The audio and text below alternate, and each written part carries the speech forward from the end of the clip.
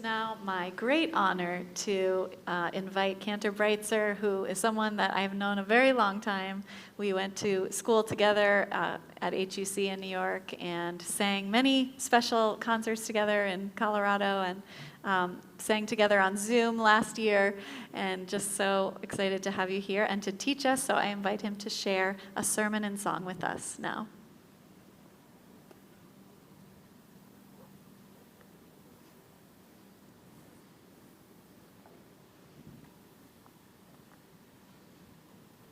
Shir HaShirim. Anne, if you would.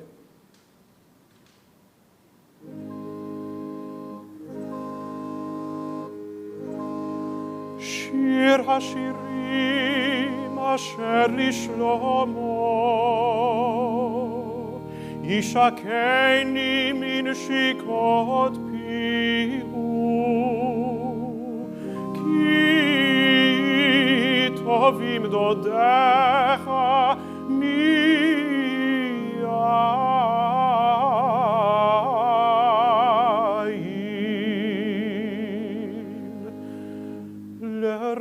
לריח שמנך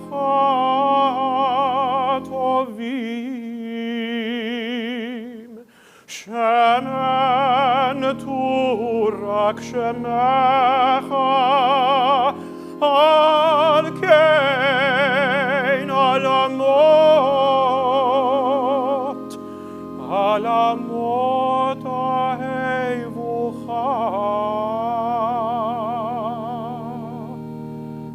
מושכני אחריך נרוצה הביאני המלך עד הרב נגילה ונשמחה בך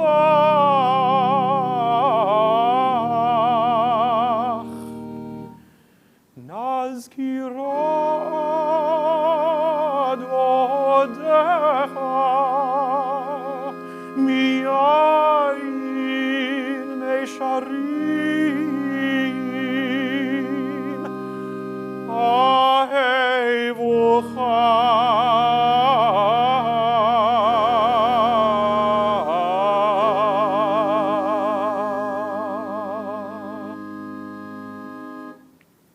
Shabbat Shalom. Thank you all so much. What a pleasure and privilege it is to join you. Rabbi Silk, thank you for your hospitality and leadership tonight. In absentia to your senior rabbi, Rabbi Oren Hayon, who I actually met Cantor Simmons long before I even met you. We remembered that Cantor Hayon was the student cantor at my synagogue growing up, Congregation Shaarei Tzedek in East Lansing, Michigan. He was there sometime in the early 2000s. My mother still has an impression of him dressed as a cowboy for Purim, which perhaps may have been prescient given his leadership here in Houston. My abiding thanks to the Kahn family for your generosity and support and sponsorship of this very special weekend. And as we were reflecting before the service, I got to know Matt Kahn, son of Eddie, and his now wife Samantha when we were all in school together at Hebrew Union College our first year in Israel together. So I love that we have this connection already, and I believe it was at their year in Israel that Cantor Simmons met her beloved Rabbi David Siegel. Is that right? Different year, but also spending time in Israel. So we can tell love is in the air this evening. Shir HaShirim, the Song of Songs. It is a love poem in 8 chapters found in the last section of the Hebrew Bible. The love language can be understood on multiple levels. Lovers speaking intimately to each other, God speaking to the people Israel speaking to God. And for reasons which I hope will become apparent over the next few minutes, it is a poem which resounds with Passover themes and is in fact traditionally recited during Passover in Jewish communities all over the world. Some Jewish communities, particularly of Sephardic and Middle Eastern origin, recite the Song of Songs every Friday night because it can also be read Kabbalistically as the courtship between God and the Shabbat bride. I just chanted the first few verses of Song of Songs in the manner of the Jews of Georgia, the country, not the state. And indeed, some of the most famous verses from the Song of Songs have found their way into our Reformed prayer books. Earlier this evening, we sang Licha Dodi Likrat Kala, a poem inspired by these words that will be on your screen and in your prayer books on page 11.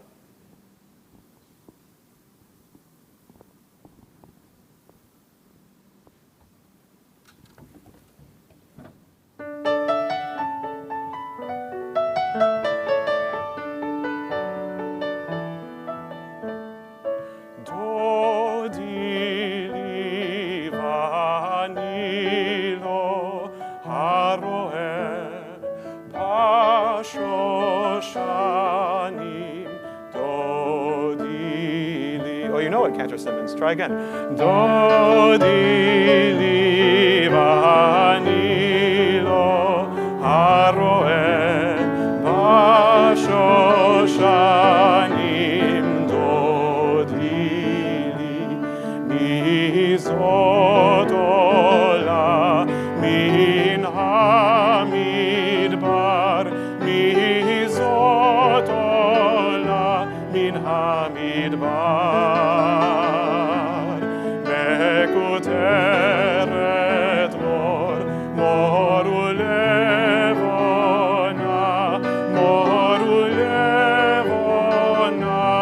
dodili. From the beginning, let's see if we can sing it together.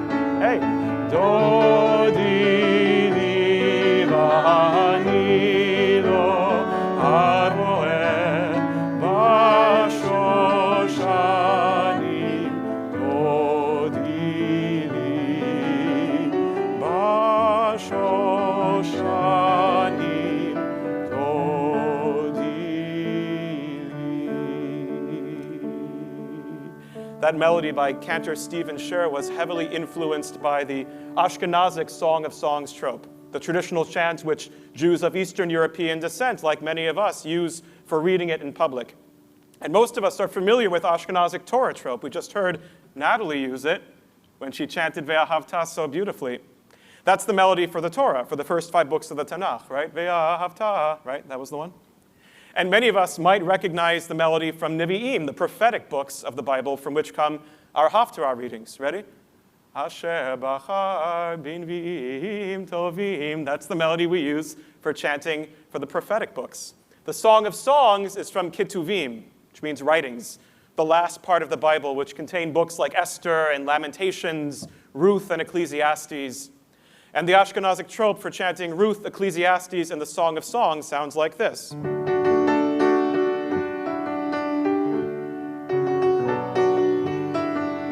Sounds like we've heard it already, doesn't it? It's in a major key, it has an accessible vocal range, and it has a positively pastoral quality about it. You can almost smell the amber waves of grain.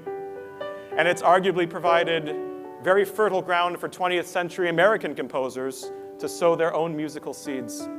Take these verses from chapter 2. My beloved spoke and said unto me, rise up, my love, my fair one, and come away.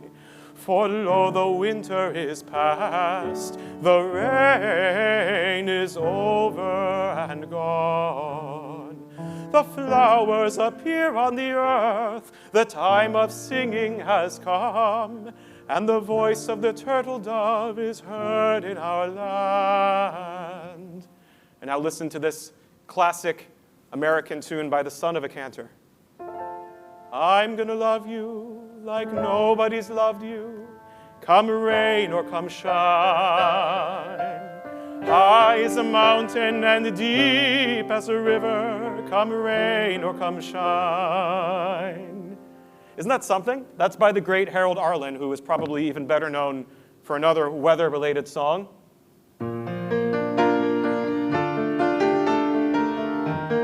Somewhere Over the Rainbow. If you want to learn more about the relationship between synagogue music and the American Songbook, I'd love to see you at my class on Sunday morning. This idea of unconditional love, while admittedly romanticized in American popular culture, also informs other human-to-human pairings, right? Besties, brothers, sisters, siblings, colleagues, parent and child. In all these deep, nuanced relationships, we understand that unconditional love allows for for misunderstandings, for arguments, for tears, and hopefully for reconciliation. I'm reminded of this every day in my own attempts to be a parent for my 2 young kids. It turns out my language matters, and so does my tone of voice, for who knows who may be hanging on to my every word. This is the central lesson famously imparted by the witch from Into the Woods, written by the late, great Stephen Sondheim. And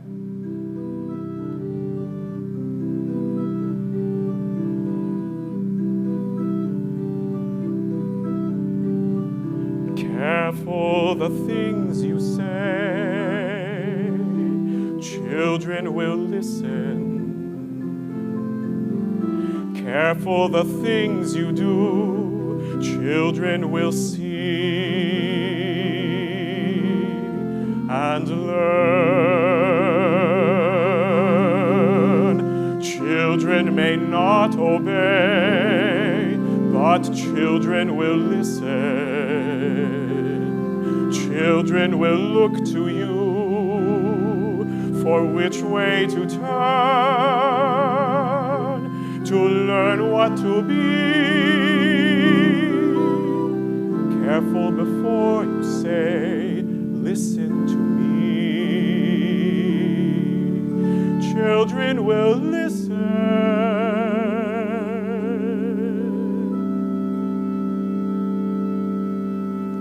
There too we can detect a hint of the Song of Songs trope, right? Though perhaps not as overtly as in, I'm going to love you, come rain or come shine. Now, I do not mean, don't get me wrong, I do not mean to suggest that biblical chant had any bearing whatsoever on Sondheim when he wrote that particular tune. In fact, I learned by following Sondheim letters on Instagram that when he was composing new music, he would completely isolate himself from any outside musical influences. He wouldn't listen to any song. He wouldn't look at any score. His commitment to his art was as passionate as it was unwavering. Set me as a seal upon thy heart, as a seal upon thine arm. For love is strong as death, jealousy is cruel as the grave. The flashes thereof are flashes of fire, a very flame of God. Many waters cannot quench love, neither can the floods drown it. Water, woods, fields, and flowers all feature in the background of the Song of Songs. And so it is no small wonder that composers who set the actual Hebrew text seek to capture the beauty of the natural world in broad musical strokes. My late teacher, Cantor Lawrence Avery, wrote this gorgeous setting of selected verses from chapters 2 and 4 on the occasion of his daughter's wedding. And he knowingly this time, incorporates the trope into the melodic line, and waxes unabashedly operatic at times with a loving nod to Puccini.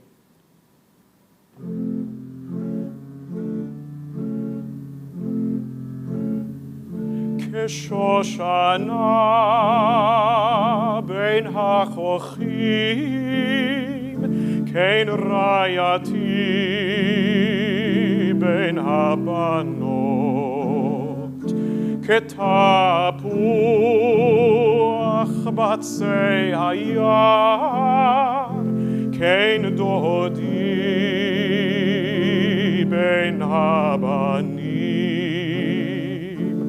Kahn na'ul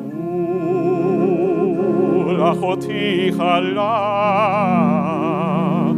Kahn na'ul mayan chatum, mayan ganim, be'er mayim chayim, v'nozelim min Levanon, Uri tzafon uvoi teiman. Uri tzafon uvoi teiman.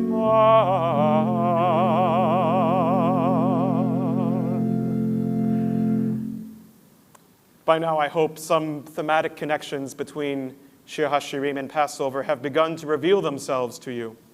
Springtime, freedom, sweeping acts of love and loyalty, tender expressions of care and commitment. The arioso nature of that last setting gives you a glimpse into the mindset of countless other composers who set these words to music. It is so tempting to think big when it comes to capturing musically the depth of feeling and vastness of romantic expression. They are literally biblical in proportion. The depiction of a young, eager King Solomon wooing his wife-to-be inspired the great Yiddish theater creators Abraham Elstein and Mali Pekan to write this showstopper for the 1938 film, Mamele.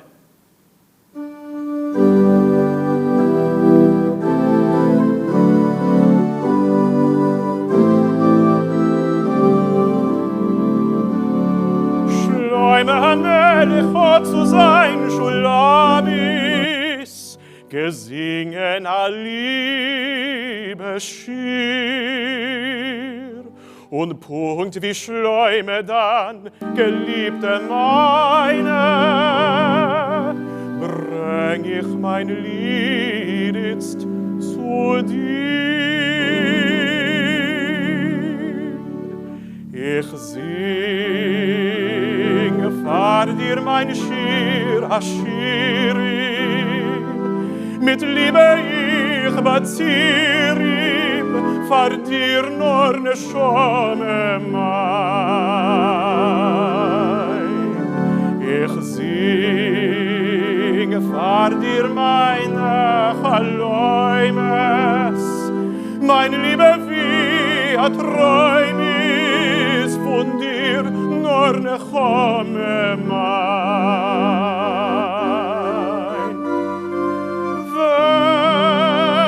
Wenn ich geh aus von Becken noch dir Geliebte mein, und wenn ich halt in ein denken, als du wirst noch einmal meine sein, ich sing von Herzen meine Lieder, mein Shir HaShirim wieder, Geliebte vor dir, ich sing.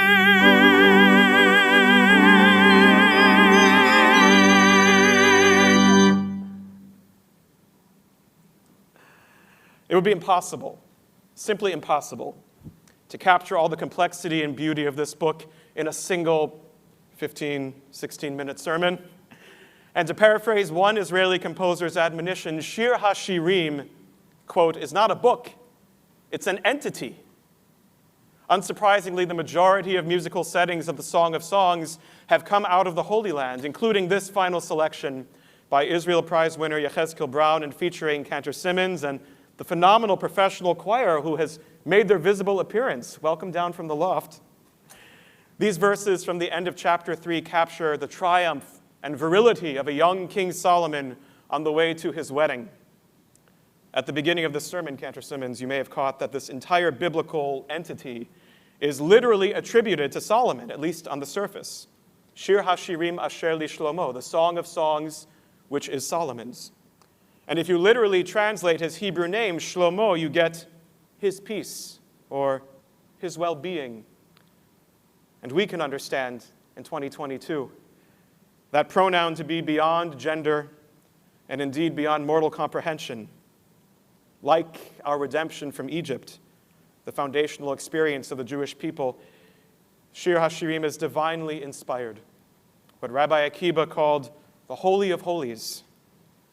And the Hasidic master Levi Yitzchak of Berdichev, when considering what the Song of Songs was really all about, summed it up this way, quote, "We sing to God that we have merited to sing to God songs of love. It is a song about songs."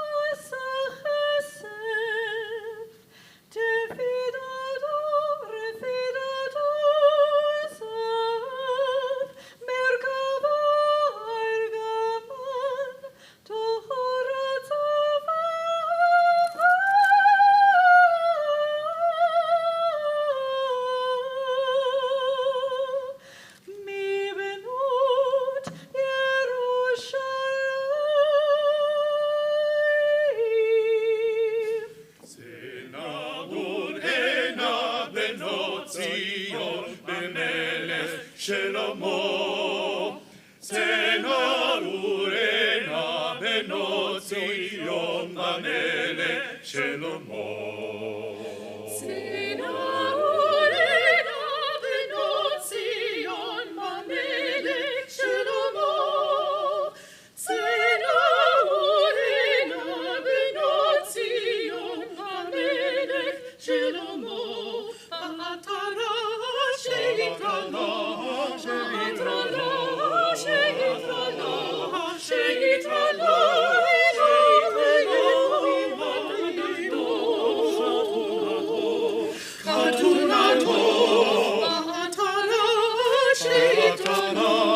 שהתרנה, שהתרנה, שהתרנה.